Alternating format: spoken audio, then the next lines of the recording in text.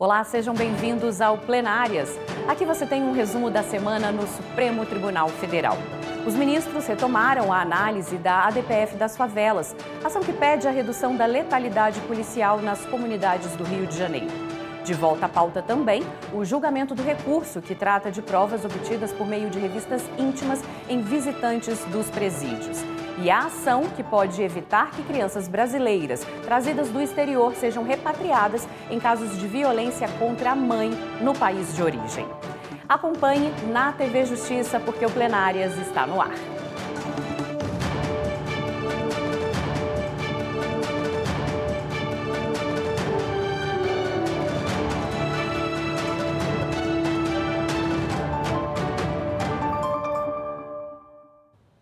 Olá, eu sou a Flávia Alvarenga e com a nossa consultora jurídica, nós duas vamos mostrar os destaques das primeiras sessões deste ano. A Karina Zuccolotto está comigo aqui no estúdio. Karina, tudo bem? Essa semana a gente teve sessão solene de abertura e também retomada de casos muito importantes como a ADPF das favelas, né? Não só a ADPF das favelas, não é, Flávia? Mas também uma questão que vem de forma inédita para o plenário do Supremo Tribunal Federal, que é o caso da repatriação de menores que fogem junto com as suas mães em razão de violência que acontece no exterior. E aí uma discussão para se saber como cumprir essa entrega desses menores, uma vez que o próprio tratado internacional estabelece apenas uma exceção para que não haja essa entrega. Então, a discussão sobre como provar que houve efetivamente a violência é o tema que está em discussão. Então, temas bastante interessantes no plenário dessa semana e uma semana bastante agitada, como você disse. Bastante agitada. Então, o nosso primeiro tema de hoje é realmente em relação às crianças, porque o Supremo começou a julgar essa ação que pede que crianças que moram no exterior e sejam trazidas ao Brasil pela mãe, sem a autorização do pai, não sejam repatriadas. Essa medida pode ser aplicada no caso de suspeita de violência doméstica, mesmo que o menor não seja a vítima direta. Vamos ver a reportagem da Marta Ferreira. Está em discussão dos pontos da Convenção da Haia, tratado internacional que tem por finalidade facilitar o retorno de crianças retiradas ilegalmente do país de origem.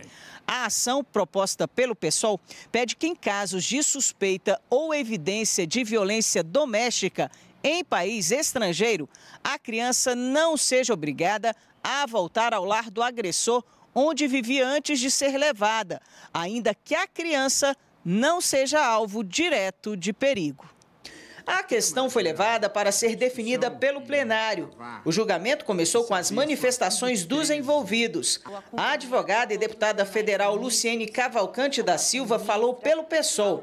O partido pretende que, se o motivo da vinda da criança para o Brasil for a violência contra a mãe, o caso também se enquadre nessas exceções. Ou seja, se houver essa situação, que se proíba o retorno da criança ao país de origem.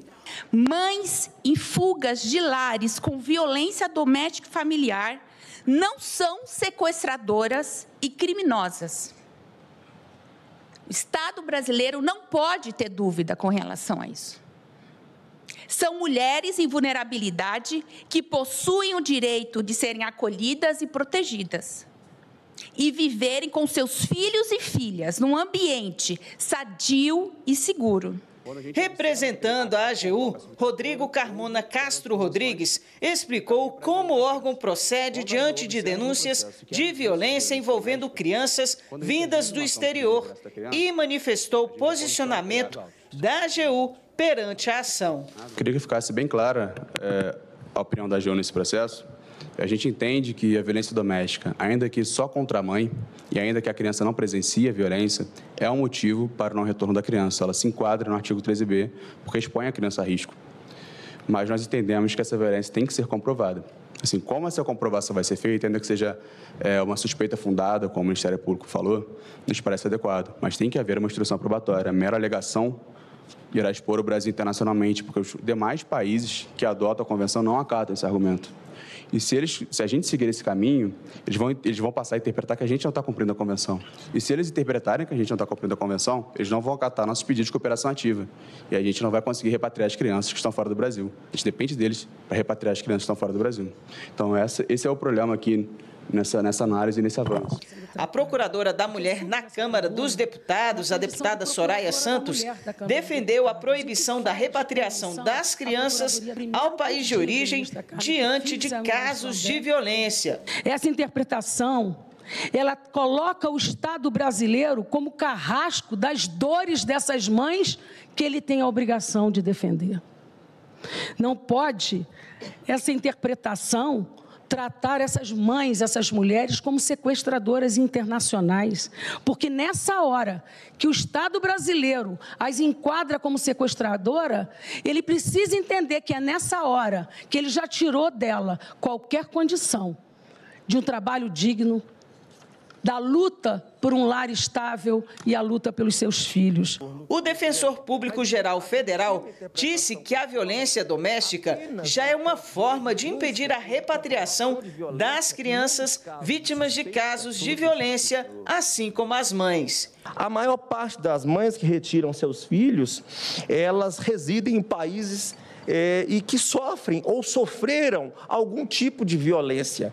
E essas violências, elas são silenciosas ou são silenciadas, inclusive pelas barreiras linguísticas, culturais, religiosas, éticas de determinado país. E exigir a comprovação cabal é relegar a proteção da mulher a uma mera comprovação ou exigências de comprovação.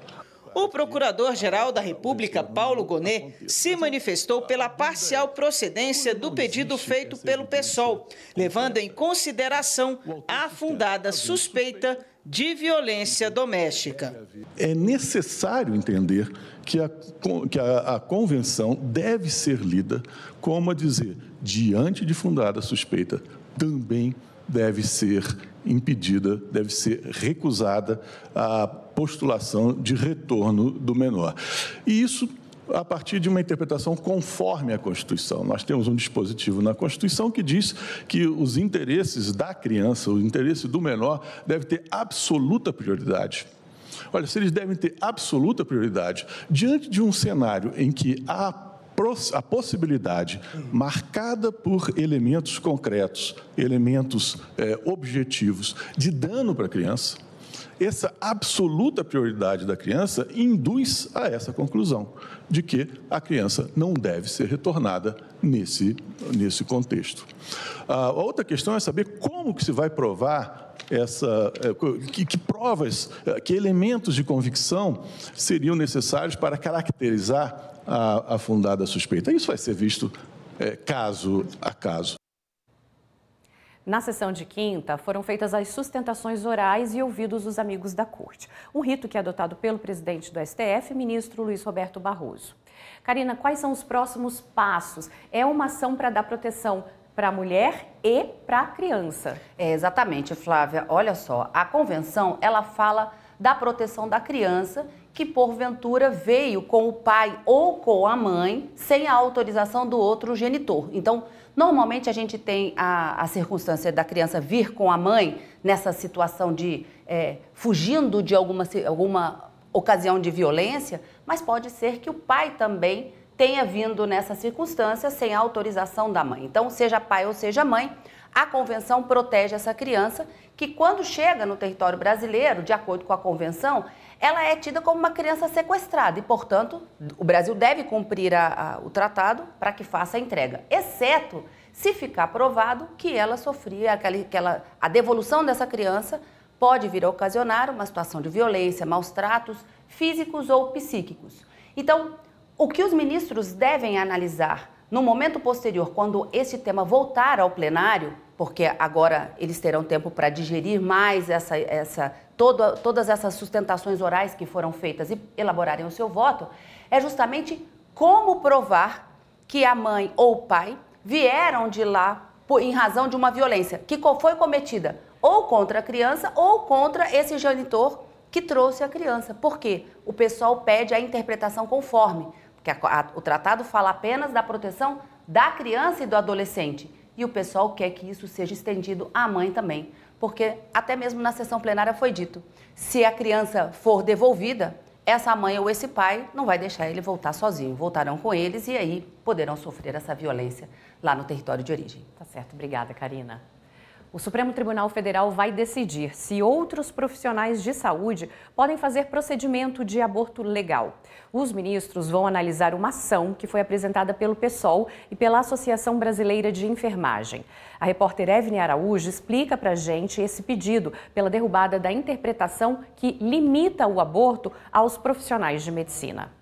A arguição de descumprimento de preceito fundamental foi distribuída ao ministro Edson Fachin. O vice-presidente do Supremo já é relator de outra ação pedindo que o STF garanta a possibilidade de aborto nas hipóteses previstas em lei. Segundo o PSOL e a Associação Brasileira de Enfermagem, a interpretação literal do Código Penal de que só o médico pode fazer o aborto legal leva a uma situação de violação de direitos. No Brasil, comete crime tanto a mulher que faz aborto quanto quem provoca o aborto em gestante. O Código Penal estabelece exceções quando não há outra forma de salvar a vida da grávida ou se a gravidez é resultado de estupro. Em 2012, o plenário descriminalizou também a interrupção em casos de anencefalia, ou seja, má formação no sistema nervoso central do feto. O partido e a entidade argumentam que essa restrição exclui outros profissionais de saúde que também são habilitados a realizar o procedimento, conforme a OMS, a Organização Mundial de Saúde. O fim dessa limitação, segundo eles, seria uma forma de eliminar um dos principais obstáculos à realização do aborto legal no país, que é a falta de pessoal para o atendimento. O Supremo Tribunal Federal validou uma lei do município do Rio de Janeiro que determina a instalação de fraudários em parques e praças da cidade. A repórter Carolina Chaves conta os detalhes. A decisão é do ministro Flávio Dino, que atendeu o recurso apresentado pela Câmara Municipal do Rio de Janeiro. Dino reformou decisão da Justiça Estadual, que havia invalidado a lei de iniciativa parlamentar, por entender que, ao obrigar a Prefeitura a instalar equipamentos, a norma interfere no funcionamento e organização da administração pública municipal. Ao analisar o recurso da Câmara Municipal, Flávio Dino ponderou que nem sempre uma lei de iniciativa parlamentar que cria despesas para o Executivo é inconstitucional. Segundo o ministro, não há ofensa à separação dos poderes se o objetivo da lei é garantir princípios fundamentais previstos na Constituição, como a proteção dos direitos das crianças.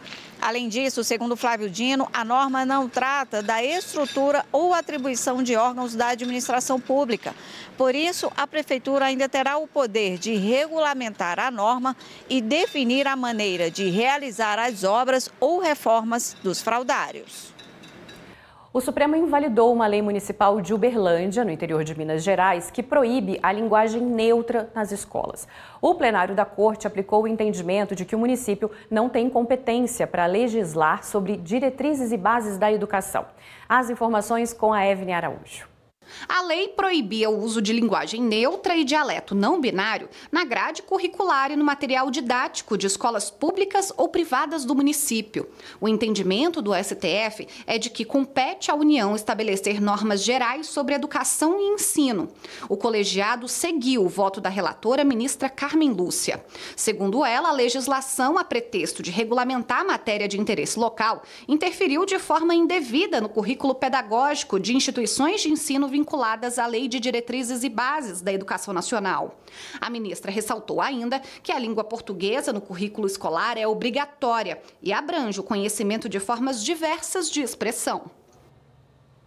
E no próximo bloco, o voto do ministro relator no julgamento da ADPF das favelas. Para o ministro Fachin, o plano do governo do Rio deve ser homologado de forma parcial. A gente faz um breve intervalo, o Plenárias volta já já.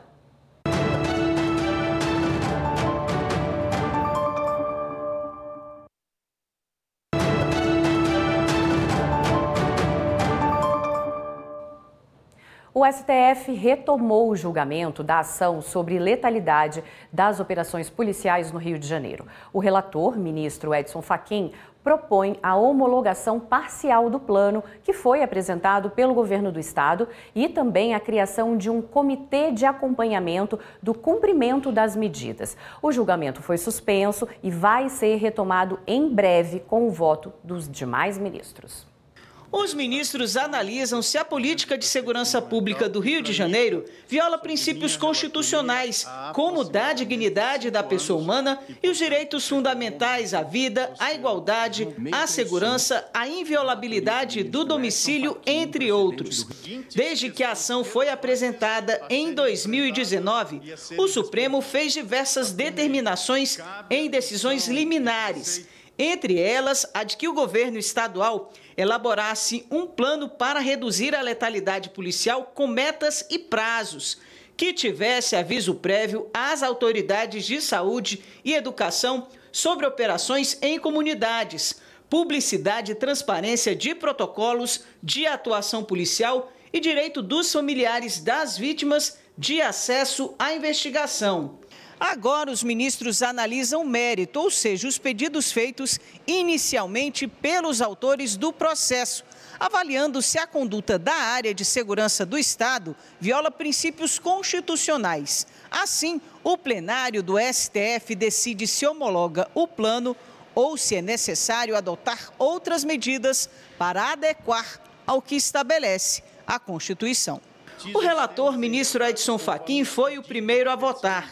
Para o ministro, esse julgamento é uma oportunidade de aprimoramento da atividade policial e de seu controle externo.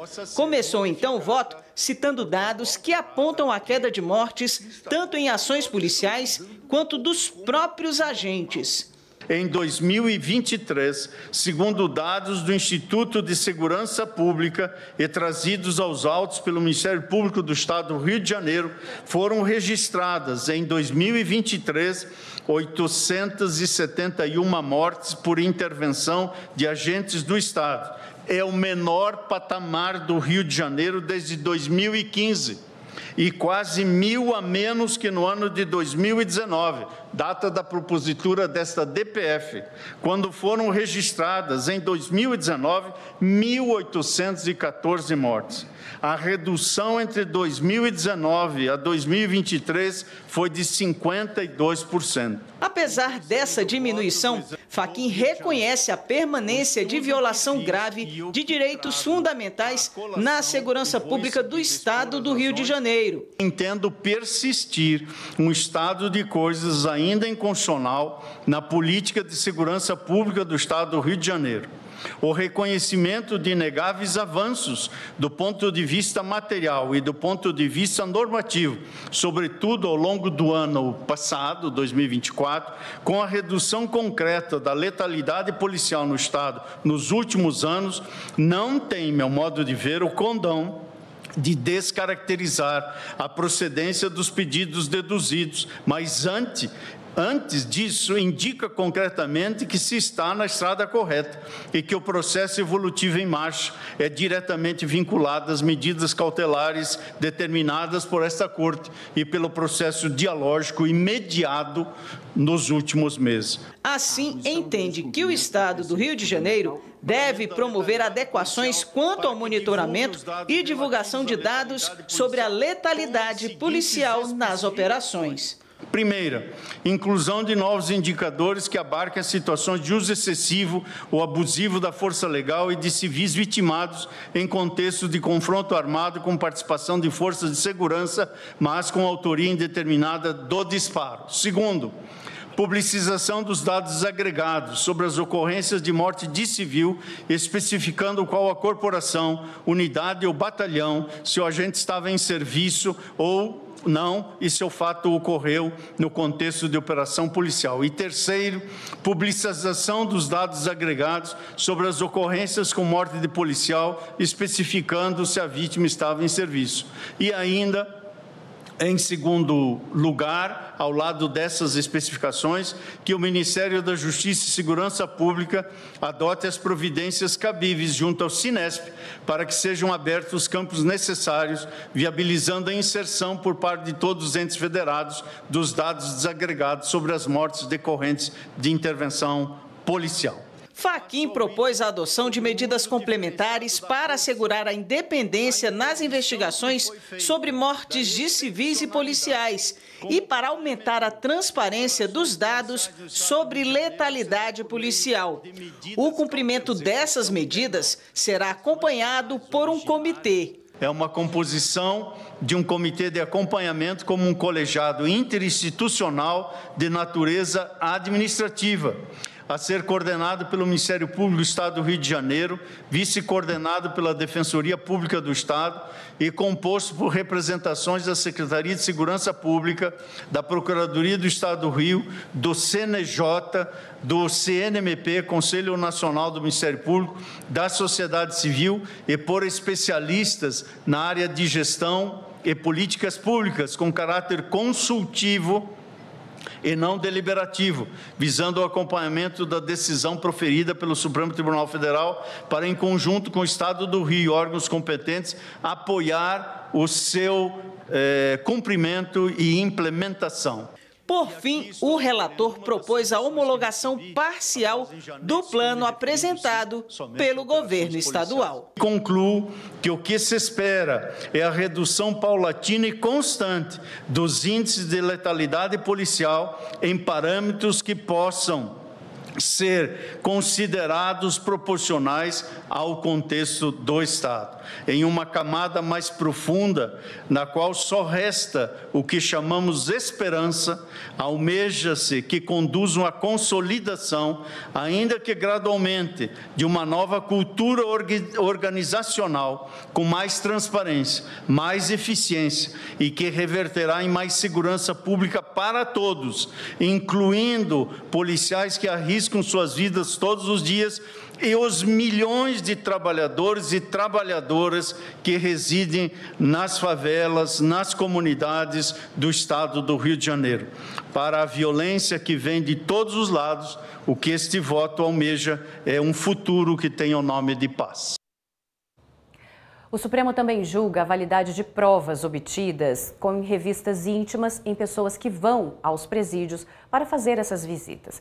É um recurso do Ministério Público do Rio Grande do Sul contra a decisão do TJ Gaúcho, que absolveu uma mulher acusada de tráfico de drogas. Vamos ver a reportagem da Viviane Novaes. O julgamento começou no plenário virtual do Supremo. A maioria dos ministros já havia votado para proibir a revista íntima para a entrada em prisão, mas o ministro Alexandre de Moraes pediu destaque e, por isso, o julgamento recomeça do zero no plenário físico. Apenas o voto da ministra já aposentada Rosa Weber será mantido. O julgamento é de um recurso do Ministério Público do Rio Grande do Sul contra uma decisão do Tribunal de Justiça do Estado. O TJ absolveu uma mulher que tentou entregar quase 100 gramas de maconha ao irmão preso. Durante a revista, a droga foi encontrada na parte íntima da mulher. Os ministros vão analisar se a revista íntima para a entrada em prisão ofende 2 princípios da Constituição: o da dignidade da pessoa humana e o da proteção à intimidade, à honra e à imagem. Esse caso tem repercussão geral e a discussão vai além da validade das provas. Aborda o conceito da revista íntima vexatória, né, Karina? Que está em jogo aí o princípio da dignidade humana, a dignidade, honra, imagem da pessoa. Esse julgamento vai ser retomado na semana que vem. A grande discussão que trouxe esse julgamento, que estava no plenário virtual para o plenário físico, foi que já havia uma maioria formada no plenário virtual e o ministro Alexandre de Moraes, ao pedir destaque, logo depois da apresentação, da confirmação do voto do ministro Edson Fachin no plenário da quinta-feira, o ministro Alexandre de Moraes tomou a palavra para trazer algumas situações em que o raio-x que foi sugerido pelo ministro Edson Fachin, outros equipamentos que poderiam verificar a entrada de objetos ou situações proibidas, coisas proibidas dentro dos presídios, não alcançariam e que a revista íntima ainda assim seria necessária, mas de forma excepcional. É esse o voto divergente do ministro Alexandre de Moraes e nesse sentido, ele acaba chamando a atenção para algumas situações que não seriam possíveis de serem detectadas numa revista normal, corriqueira, bastante séria, que já é feita nas penitenciárias. Então, a revista íntima, ela acaba sendo considerada vexatória porque faz a visita se expor dentro de uma condição de nudez a exposição das suas partes mais íntimas. E isso, entendeu o Tribunal de Justiça do Rio Grande do Sul, que violaria a dignidade daquela visita ou também a sua honra, a sua imagem. Então, é na obtenção da prova a partir dessa revista íntima que os ministros devem analisar os parâmetros para a revista das visitas nos presídios de todo o Brasil, especificamente esse caso do Tribunal do Rio Grande do Sul, mas como o caso tem repercussão geral, vai acabar alcançando vários outros processos que discutem a mesma matéria. Tá bom, obrigada. Você já baixou o aplicativo TV Justiça Mais? Por esse aplicativo, você acessa a programação da TV Justiça de qualquer celular e assiste também às sessões ao vivo. O aplicativo também permite fazer buscas no acervo de programas que já foram exibidos com temas históricos julgados pela Corte. Perdeu algum trecho da sessão do plenário?